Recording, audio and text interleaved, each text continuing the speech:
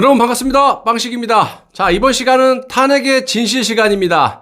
박근혜 대통령이 뭐 때문에 탄핵이 됐습니까? 윤석열의 의도대로 592억 원의 뇌물을 받아서 탄핵이 된 겁니까? 아니면 최소원과 국정농단을 해서 탄핵이 된 겁니까? 아니면 내란, 외환의 죄로 탄핵이 된 겁니까? 제가 봤을 때는 오로지 국가와 국민을 위한 정책을 하려다가 탄핵이 된 것이고, 더 깊게 봤을 때는 청렴함 때문에 주변에서 뜯어먹을 것이 없다 보니까 내각제 개헌으로 알차게 국민들의 세금을 뜯어먹자라고 판단하고 탄핵을 시킨 거라고 보고 있습니다. 물론 제 주장이긴 하지만 4년 동안 수사를 통해 가지고 모든 것들이 무죄가 난 것을 배경으로 말씀을 드리고 있고요.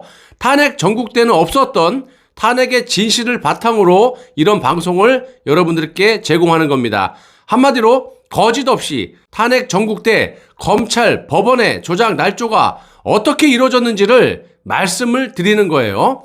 자, 실제로 박근혜 대통령을 탄핵시키는데 선봉이 됐던 이 민주노총, 그리고 민주노총의 핵심 단체인 투기자본 감시센터에서 박근혜 대통령을 최초로 고발을 했고요. 동시에 이 단체에서 박근혜 대통령에 대한 조작 날조 수사에 적합한 검사로서 윤석열의 실명까지 거론을 하고 지령을 내린 것도 사실입니다. 자, 특검 수사팀장으로 임명시켜! 최동욱, 윤석열, 최동욱은 안 되더라도 윤석열은 꼭 시켜! 이렇게 제가 여러 차례 방송을 드리지 않았습니까? 자, 팩트잖아요. 투기자본 감시센터의 성명서까지 이렇게 요약본을 해갖고 제가 보여드리지 않았습니까? 자, 이 점을 참고해 주시고 방송을 시청 부탁드리겠습니다. 대통령의 개혁 정책을 비방하는 일단의 세력은 2013년부터 스물스물 기어 나오기 시작했고요. 그 시작은 통진당 소속 이 국회의원이었던 이석기의 구속입니다. 이석기가 통진당 경기도당 모임에서 이런 말을 했었죠. 한반도 전쟁에 대비해서 국가기관시설의 파괴를 위한 준비를 하자, 이렇게 선동을 했기 때문입니다. 자, 이석기에 대한 체포 동의안이 2013년 9월 4일 찬성 258표로 국회를 통과를 했고요. 수원지방법원은 그 다음 날인 5일에 이석기에 대한 형법상 내란 음모와 선동, 국가보안법 위반 혐의를 적용해서 구속영장을 발부했습니다. 그로부터 한 달 후인 2013년 10월 24일 고용노동부가 전교조에 대해 법의 노조라고 통보를 했는데, 이 말은 이 조합원 중에 자격이 없는 해직 교원 9명이 포함되어 있어서 노조로 인정할 수 없다, 뭐 이런 처분을 내린 겁니다. 한마디로 자격 미달, 안 돼. 그리고 같은 해 11월 5일 대한민국 정부는 헌법재판소에 통진당에 대한 정당 해산 심판을 청구합니다. 헌재는 1년 후인 2014년 12월 19일 8명이 인용, 1명의 기각으로 인용 결정을 하게 되고요.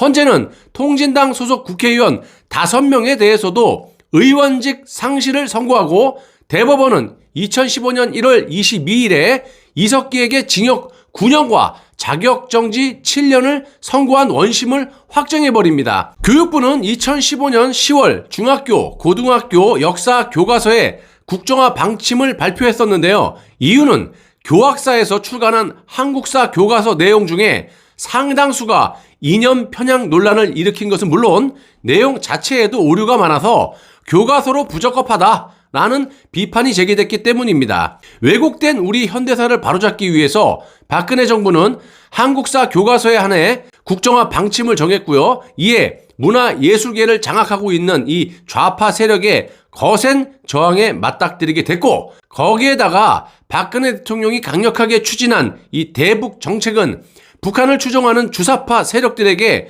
매우 큰 위협이 됐던 겁니다. 그 중에 하나가 개성공단 폐쇄였는데, 여러분들도 아시다시피 북한은 개성공단을 통해서 총 6천억 원이 넘는 현금을 확보하면서 이 돈으로 뭘 했겠습니까? 인민들을 보살피고 인민들의 배급을 해줬겠습니까? 당연히 이 돈은 핵무기와 장거리 미사일을 개발하는 데 쓰지 않았겠습니까? 그러니까 박근혜 대통령은 국민의 생명과 재산을 지키기 위해서 개성공단 폐쇄라는 결정을 내린 것이고요.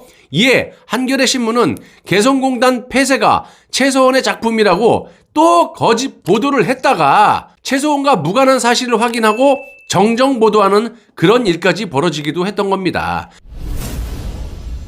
또 하나는 북한 인권법인데요. 북한 인권법은 2005년에 처음 발의가 됐었는데 무려 11년 동안 빛을 보지 못하다가 박근혜 정부에서 처음 시행이 된 겁니다. 종북 세력들이 얼마나 박근혜 대통령을 미워했겠습니까? 북한 인권법 시행을 앞두고 청와대 수석 비서관 회의에서 박근혜 대통령은 이렇게 말을 했죠. 이제 9월 4일이면 북한 인권법이 본격적으로 시행될 예정입니다. 정부는 북한 주민들에게 자유와 존엄을 누리며 살 수 있는 그런 삶에 대한 희망의 메시지를 전해 나갈 것입니다.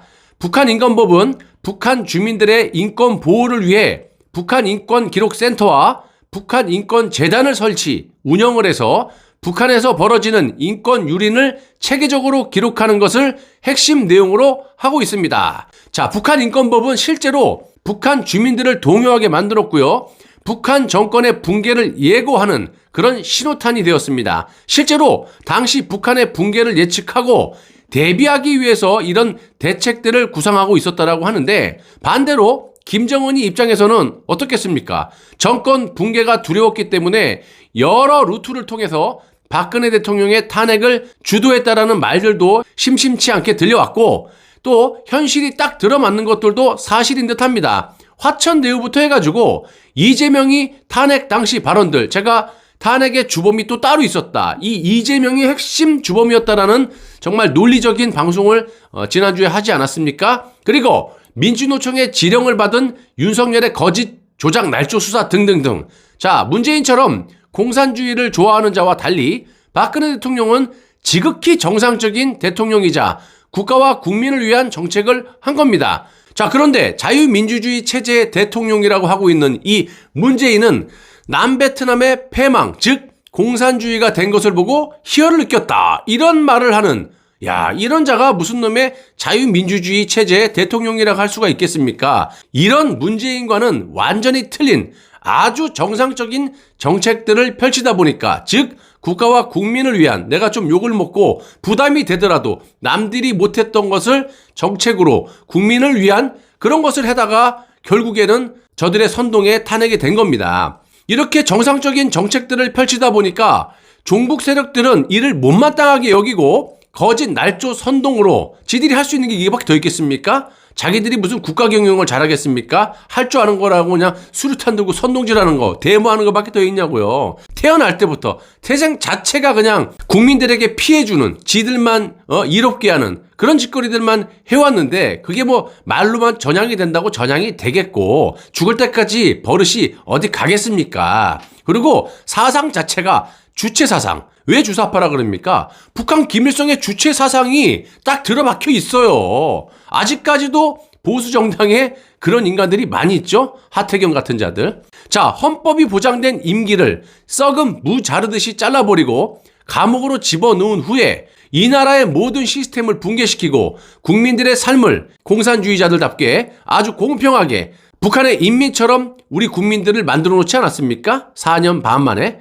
자, 박근혜 대통령의 탄핵을 결정지은 핵심은 물론 여러 가지가 있겠지만 그 중에서도 역적들을 임명했다라는 점. 예를 들면 좌파 성향의 학자를 청와대 수석 자리에 임명한 점, 그리고 호남 출신 김수남을 검찰총장으로 임명한 점, 그리고 공무원 연금에 손을 댄 것입니다. 특히 공무원 연금 같은 것은 국가와 국민을 위한 정책이라고 보는데 박근혜 대통령은 그 누구도 손대지 못했던 공무원 연금법을 2015년 개정을 했고요. 개정된 법은 2016년 1월 1일부터 시행에 들어갔습니다. 대한민국 국민들의 노후 생활을 보장하는 공적 연금은 아시는 분은 아시겠지만 국민연금, 공무원연금, 사학연금, 군인연금 이렇게 4개가 있는데 이 중에 전 국민을 상대로 하는 국민연금 수령액이 상대적으로 적다 보니까 공평한 노후 보장을 위한 그런 정책이었고요. 이를 위한 논쟁은 오래전부터 있어 왔었던 겁니다. 그래서 형평성 문제와 연금 지원에 따르는 정부 재정 부담을 줄이기 위해서 박근혜 대통령은 1차적으로 공무원연금을 개정하고 순차적으로 사학연금, 국민연금 이렇게 선보려고 했는데 워낙 저항이 거세다 보니까 일단 공무원연금만 개정하는 선에서 끝나고 만 겁니다. 그 전부터 통진당과 전교조에서 시작한 이 반정부 투쟁에 원샷법이라는 희한한 이런 선동 구호를 만들어가지고 민주노총이 힘을 보태면서 세력이 커지기 시작했고요. 전농이 또 가세, 그리고 공무원 노조 등 자기들의 이제 기득권을 지키기 위해서 이들 세력들이 연대를 하고 거기에 대진련을 비롯한 종북 추종 세력들은 미군 철수를 외치면서 거리로 쏟아져 나오게 된 겁니다. 솔직히 박근혜 대통령의 이런 정책을 문재인 지들이 반대를 해놓고 뒤에서 숨어가지고 무서우니까 민노총 종북 세력들이 무서우니까 조용히 하고 있다가 이걸로 탄핵까지 시킨 것들이 지금까지도 그 정책이 좋다라는 걸 알고 써먹고 있지 않습니까? 연장에서.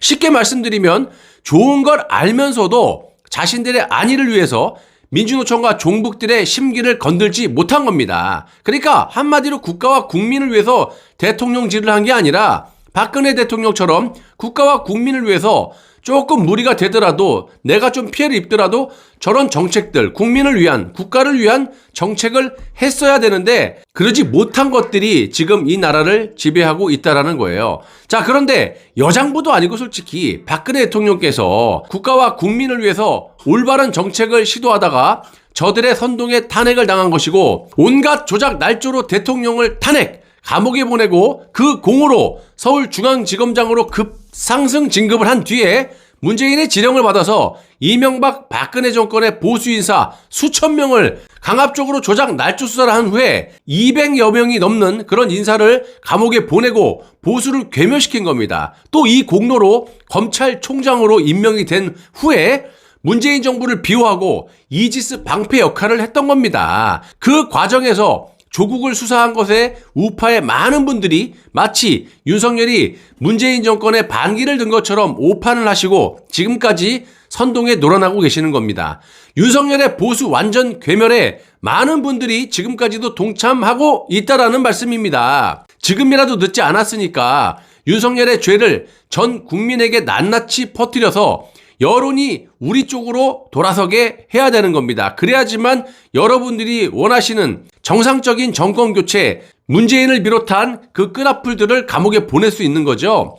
솔직히 지금도 탄핵당 경선만 아니면 윤석열의 지지율은 지속적으로 떨어지고 있고 앞으로도 떨어질 겁니다. 지상파를 통해서 일정 부분 윤석열의 자격 논란을 간파하신 분들이 등을 돌리고는 있지만 문제는 이 경선에서 윤석열이 후보가 된다면 이후에 윤석열이 감옥에 간들 무슨 소용이 있겠습니까? 저자가 뭐가 중요해요? 이미 그때는 저들의 목적이 일정 부분 달성된 후기 때문에 아무런 의미가 없다라는 겁니다.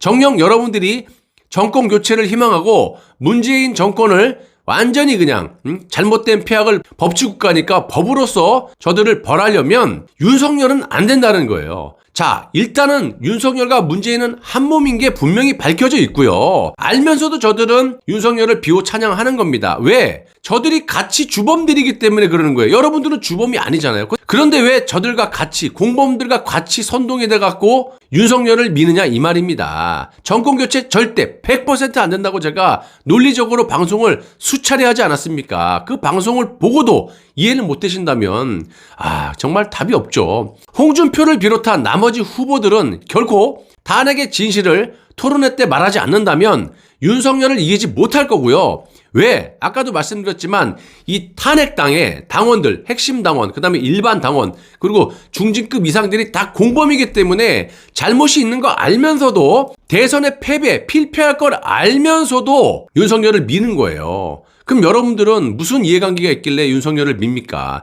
여러분들이 원하시는 정권교체, 문재인을 감옥 보내는 게 이게 목적 아닙니까? 그리고 자유민주주의를 수호하고 우리 후손들이 이 자유민주주의 땅에서 일하는 만큼, 공부한 만큼 대우를 받는 그런 나라를 만들기 위해서 아닙니까? 윤석열은 아니라니까요. 제가 그냥 제 주관적인 생각으로 아닌 게 아니라 객관적인 사실, 그리고 탄핵의 조작 날조에 대한 팩트를 여러분들에게 전달을 해드렸지 않습니까? 그리고 검사 생활 수십 년을 자랑스럽게 얘기하는데 이자에 정말 수십 가지, 수백 가지의 이 범죄 의혹들이 이제 밝혀지고 있는 겁니다. 털었는데 죄가 없는 게 아니고요. 문재인이 목덜미를 딱 틀어지고 있는 겁니다. 한마디로 윤석열은 문재인이 임금 상간맘하고 노예로 살아야 돼. 성은이 망극하옵니다 해야 되는데 문재인 임금님이 지나가는데 윤석열이 고개를 한번 딱 들었다가는 그냥 저작거리에 그냥 모가지가 효소가 되는 그런 일이 벌어지는 거예요. 그러니까 이들은 문재인도 그렇고 윤석열도 그렇고 지들의 잘못들을 누구나도 잘 알고 있기 때문에 이 둘이 살아남으려면 내각제밖에 살아남을 방법이 없다라는 걸 잘 알고 있습니다. 여러분들을 선동하는 거고요. 부디 지금이라도 정신을 차리시고 탄핵당의 핵심 당원들을 비롯해서 일반 당원들 그리고 선동을 당하고 계시는 우리 우파 국민들 여러분들 현명한 판단에 제가 기대를 한번 해보도록 하겠습니다. 이 나라가 이렇게 무너지진 않습니다. 시간이 걸리더라도 진실은 꼭 밝혀집니다. 탄핵의 진실을 전파해서 비정상적인 나라를 우리 손으로 지켜내야겠습니다. 저는 보수의 프라이드를 굳건히 지키시고 계시는 여러분들을 믿고요. 나라가 없는데 살아서 뭐합니까? 라는 그런 각오로 거짓없는 진실된 애국방송 제작해서 여러분들께 제공하도록 하겠습니다. 여러분들 많은 격려와 협조를 부탁드리고요. 끝까지 시청해 주셔서 대단히 감사합니다.